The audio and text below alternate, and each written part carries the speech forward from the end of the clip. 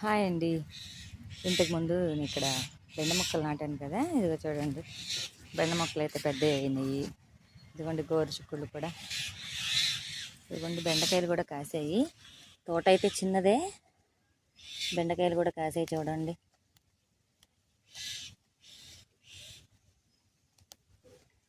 చూసారా, ఇప్పుడే స్టార్ట్ అయింది.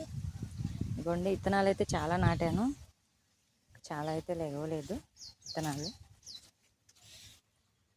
ఇదిగోండి బెండకాయలు అయితే కొన్నే ఉన్నా మనం హార్వెస్ట్ చేయకపోతే అవి ముదిరిపోతాయి, మళ్ళీ నెక్స్ట్ రావన్నమాట. అందుకని అవి కొన్ని ఉన్నా కూడా మనం తీసేసుకోవాలి, మళ్ళా కాపు అయితే వస్తుంది అనమాట. ఇదిగోండి ఈ బెండ మొక్కలు కూడా చాలా వీక్గా ఉన్నాయి,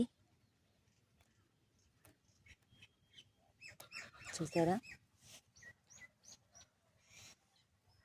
ఇదిగోండి ఒక్కరోజు రాకపోయినా రోజు మార్చి రోజు కొయ్యాలన్నమాట, లేకపోతే ముదిరిపోతాయి.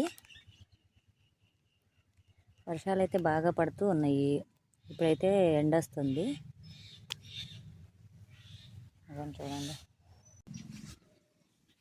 ఇదిగోండి ఈ సైజు అయితే వదిలిపెట్టేశాను, ఇది రేపు కొద్దామని. ఇలా కొన్ని ఉన్నాయి, ఇదిగోండి చూడండి. ప్రస్తుతానికైతే కొన్ని బెండకాయలు అయితే వచ్చాయి, ఇవి కవర్లో పెట్టేసి ఫ్రిడ్జ్లో పెడతాను.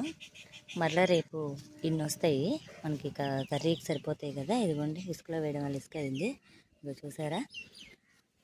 మనం మొక్కలు వేసుకుంటే అవే కాస్తూ ఉంటాయి, మనకి ఏదో ఒక రకంగా దేనిలోకి వాడుకోవడానికి ఉపయోగపడతాయి. ఇదిగో సాంబార్లోకి అయినా కానీ. చూడండి